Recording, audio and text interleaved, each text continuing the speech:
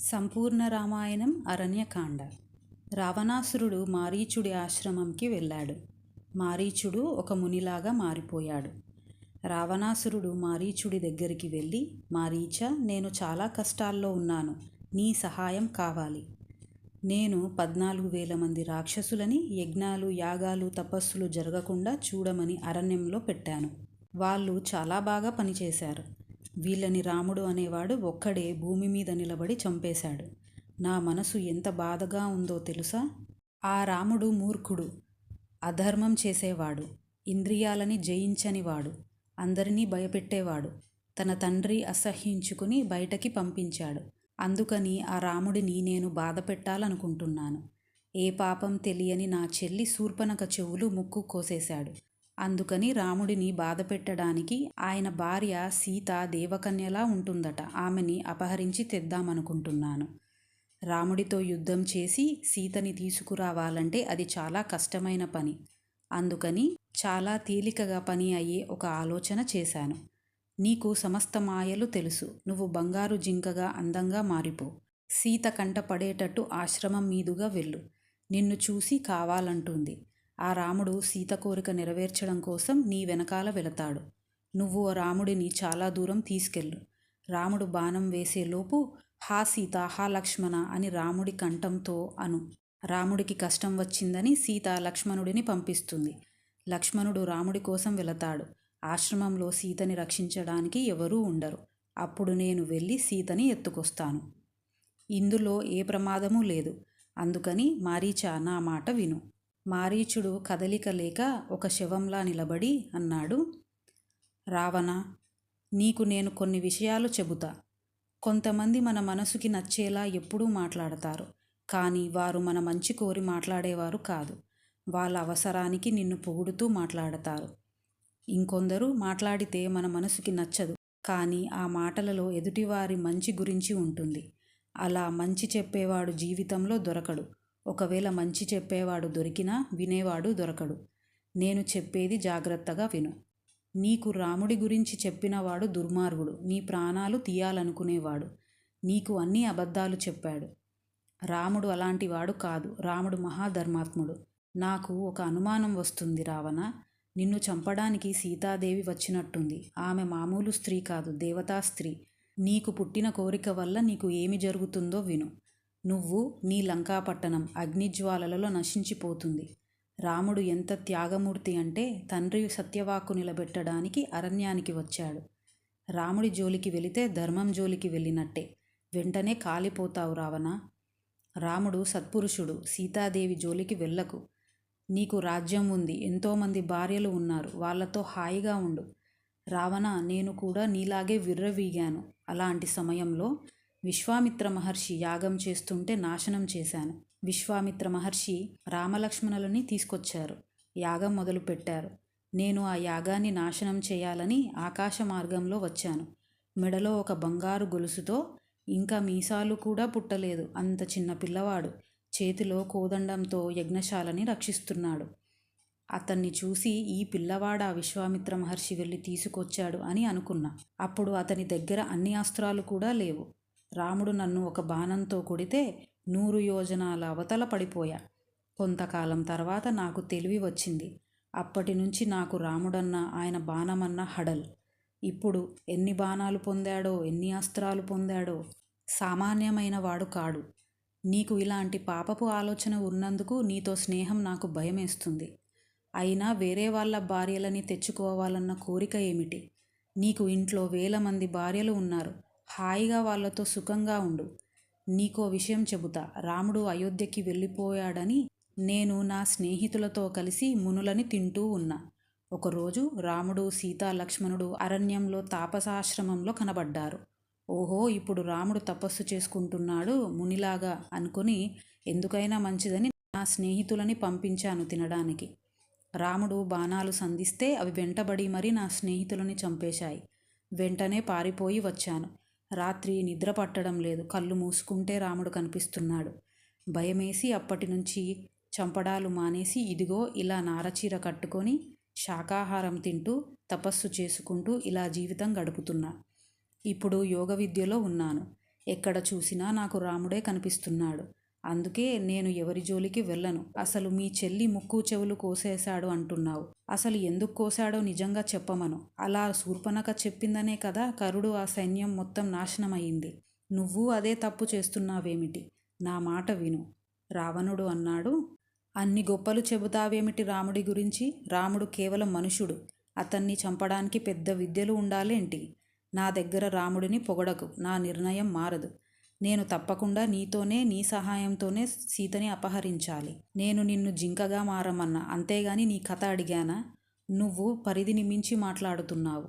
నేను నీ ప్రభువుని. నేను వచ్చి నిన్ను అడిగితే నాకు నమస్కారం పెట్టి నా మాట వినాలి. అంతేకాని రాముడు అలా, రాముడు ఇలా అని చెబుతావా? నేను నీ రాజుని. నాతో మంచిగా ఉన్నావా? నేను నీతో మంచిగా ఉంటా. నా మాట కాదన్నావా? నేనే నీకు యముడిని అవుతా. నేను చెప్పినట్టు చేస్తే రాముడి చేతిలో నువ్వు చస్తావో బ్రతుకుతావో నాకు తెలియదు. కానీ నువ్వు నేను చెప్పింది చేయలేదో నా చేతిలో నీ మరణం తథ్యం. మారీచుడు అన్నాడు. నీలాంటి దుర్మార్గుడు రాజుగా ఉన్నందుకు నీ వ్యక్తిగత కోరిక కోసం ఆ లంకా పట్టణమంతా నీ వల్ల నాశనం అవ్వబోతోంది. నీకే తెలుసు నువ్వు పిరికివాడివి. రాముడిని ఎదుర్కోలేవని. ఎలాగో చనిపోతా కాబట్టి అది నీ చేతిలో ఎందుకు? ఆ రాముడి చేతిలోనే చనిపోతా. పద వెళదాం అని ఇద్దరూ రావణాసురుడి రథంలో బయలుదేరారు. రాముడు ఉన్న ఆశ్రమం దగ్గర దిగి రావణాసురుడు మారీచుడితో అన్నాడు. నేను చెప్పినట్టు చేయు. మారీచుడు ఒక అందమైన బంగారు జింకగా మారిపోయాడు. ఆశ్రమం దగ్గర అటూ ఇటూ వెళుతూ ఆకులు తింటున్నాడు. ఒక జింక ఎలా ప్రవర్తించాలో అలా చేయడానికి ప్రయత్నిస్తున్నాడు. అక్కడ ఉన్న జింకల గుంపు కొత్తగా వచ్చిన జింకని చూసి దగ్గరికి వెళ్ళి వాసన చూసి ఇది రాక్షసుడు అని తెలుసుకొని పారిపోయాయి. అదే సమయంలో పువ్వులు కోయడానికి సీతమ్మ వచ్చింది. ఈ మాయా జింక సీతమ్మ ముందు ఆడుతూ తిరుగుతుంది. సీతమ్మ సంతోషించి గట్టిగా రామ లక్ష్మణ అని పిలిచింది. రామలక్ష్మణులు త్వరగా వచ్చి ఏమైంది అని అడిగారు. సీతమ్మ ఆ మాయజింకని చూసి ఎంత అందంగా ఉందో, నేను ఎప్పుడూ చూడలేదు ఇంత అందమైన జింకని. లక్ష్మణుడు వెంటనే అన్నాడు. అన్నయ్య, అది జింక కాదు, మారీచుడు. ఇదివరకు వేటకు వచ్చిన ఎందరో రాజులని ఇలానే మాయా రూపంలో పొంది తినేశాడు. ఇది నిజం కాదు. సృష్టిలో ఇలాంటి జింక ఉండదు. సీతమ్మ మధ్యలో మాట్లాడుతూ, రామ, ఈ జింక నా మనసు దోచింది. నేను ఆడుకోవడానికి ఆ జింక కావాలి. మన అరణ్యవాసం పూర్తి కావస్తుంది. దీన్ని మనతో పాటే అయోధ్యకి తీసుకెళ్దాం. దీన్ని బ్రతికి ఉండగా పట్టుకురండి. ఒకవేళ అలా దొరకకపోతే దీన్ని చంపి తీసుకురండి. నేను దీని చర్మంతో ఆసనం చేసుకుంటా. రాముడు లక్ష్మణుడి వంక చూసి, మీ వదిన ఎప్పుడూ ఏదీ అడగలేదు. మొట్టమొదటిసారిగా ఈ జింక కావాలి అంటుంది.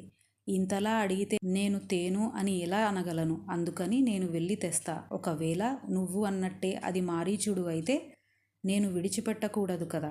లక్ష్మణ, చాలా జాగ్రత్తగా ఉండాలి. నువ్వు జటాయువు. సీతని దగ్గర పెట్టుకొని కాపాడండి అని రాముడు జింక వెంట పడ్డాడు. ఆ మాయా జింక ఒకసారి మాయమవుతూ ఒకసారి కనబడుతూ చాలా దూరం రాముడిని తీసుకెళ్ళింది. రాముడు అలసిపోయి ఒక చెట్టు కింద కూర్చుని ఆలోచించి దూరంగా కనిపిస్తున్న మాయజింకపై బ్రహ్మాస్త్రం ప్రయోగించాడు. అది ఆ జింకకి తగిలిన వెంటనే హా సీత, హా లక్ష్మణ అని రాముడి గొంతుతో గట్టిగా అరిచి చనిపోయాడు మారీచుడు. ఇది చూసిన రాముడికి విషయం అర్థమయ్యింది. నాకు ప్రమాదమని తెలిసి సీత లక్ష్మణుడిని పంపిస్తుంది. కానీ లక్ష్మణుడు ముందే చెప్పాడు ఇది మారీచుడని. కాబట్టి లక్ష్మణుడికి విషయం తెలుసు. కానీ లక్ష్మణుడిని సీత ఉండనిస్తుందా అని వెంటనే రాముడు ఆశ్రమం వైపు బయలుదేరాడు. ఈలోపు హా సీత, హా లక్ష్మణ అనేది సీత వినింది. లక్ష్మణుడిని పిలిచి, మీ అన్నగారికి ఏదైనా ప్రమాదం జరిగిందేమో, వెంటనే బయలుదేరి అరణ్యంలోకి వెళ్ళు. నాకు చాలా భయంగా ఉంది. లక్ష్మణుడు అన్నారు. వదినా, నువ్వు కంగారు పడుతున్నావు. అన్నయ్యకి ఏ ప్రమాదం జరగదు. ఈ మాట విన్న సీతమ్మ ఆగ్రహంతో అంది. నాకు ఇప్పుడు అర్థమయ్యింది లక్ష్మణ, నువ్వు ఎందుకు వచ్చావో. నువ్వు నీ అన్నకి శత్రువివి. నీ అన్న ప్రమాదంలో ఉంటే నువ్వు ఇంత సంతోషంగా కూర్చున్నావు. నీకు నా మీద కోరిక ఉంది. అందుకే రాముడికి ప్రమాదం వస్తే నన్ను పొందాలని మాతో వచ్చావు. ఈ క్షణం కోసం లక్ష్మణ, నువ్వు 13 సంవత్సరాల నుంచి ఎదురు చూస్తున్నావు. అందుకే హాయిగా కూర్చున్నావు. మహాపాపి, నువ్వు నిజంగా రాముడికి సేవ చేయడానికి వచ్చిన వాడివైతే రాముడు హా సీత, హా లక్ష్మణ అన్న వెంటనే నువ్వు ఇంత హాయిగా కూర్చోగలవా? పరుగు పరుగున వెళ్ళేవాడివి. బహుశా భరతుడు నువ్వు కలిసి కుట్ర చేశారు. లక్ష్మణుడు 2 చేతులతో నమస్కరించి, వదిన, దేవతలు, గంధర్వులు, యక్షులు, కిన్నరులు, కింపురుషులు ఎవరు ఎంతమంది అయినా కలిసి ఆయన్ని ఎవరూ ఏమీ చేయలేరు. ఎవరో అరిస్తే నువ్వు బెంగ పెట్టుకుని ఇలా అంటున్నావు. ఆ అరిచింది మాయా మారీచుడు. అది అన్నయ్య స్వరం కాదు. నా మాట నమ్ము. నన్ను దూరంగా పంపితే నువ్వు ప్రమాదంలో పడతావు. కొద్దిసేపు ఆగు, అన్నయ్య వచ్చేస్తారు. వదిన, అన్నయ్య మీ రక్షణ నాకు అప్పజెప్పారు. అందుకని నేను వెళ్ళలేను. ధర్మం తప్పుతా అని నిల్చున్నా తప్ప నాకు చెడు బుద్ధి లేదు. నన్ను క్షమించు. నేను ఇక్కడే ఉండి నిన్ను చూసుకోవాలి. వదిన, కొద్ది రోజుల క్రితం అన్నయ్య చేతిలో రాక్షసులు చనిపోయారు. వాళ్ళు అన్నయ్యపై పగబట్టారు. అందుకని ఎలాగైనా సరే మనకి ప్రమాదం జరగాలని మాయాస్వరూపంతో వచ్చారు. అందుకని నా మాట విను.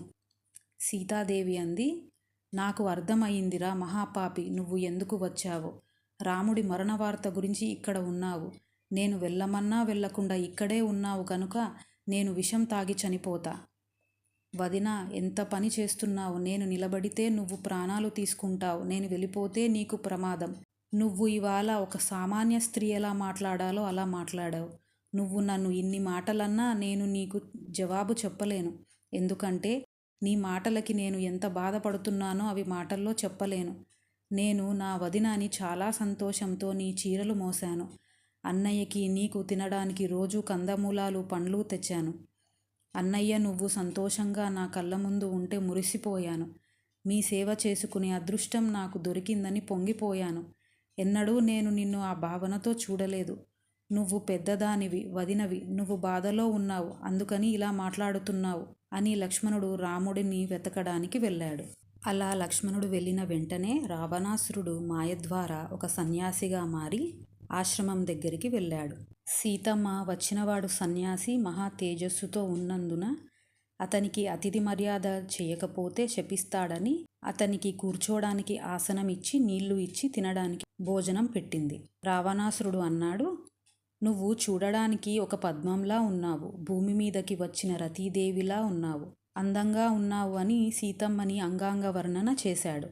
నువ్వు నా మనసుని దోచేశావు. ఇంత అందమైన దానివి అరణ్యంలో ఎందుకున్నావు? ఇక్కడ కామరూపంలో రాక్షసులు ఉంటారు. తొందరగా ఇక్కడి నుంచి వెళ్ళిపో.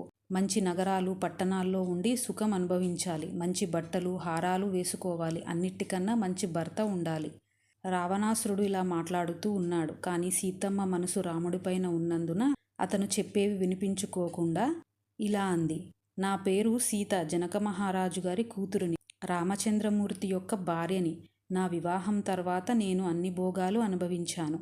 కైకమ్మ కోరిక మేరకు 14 సంవత్సరాలు అరణ్యవాసం చేయడానికి మా మామగారు దశరథ మహారాజు గారి సత్యవాక్కు నిలబెట్టడానికి నా భర్త అరణ్యానికి వచ్చారు.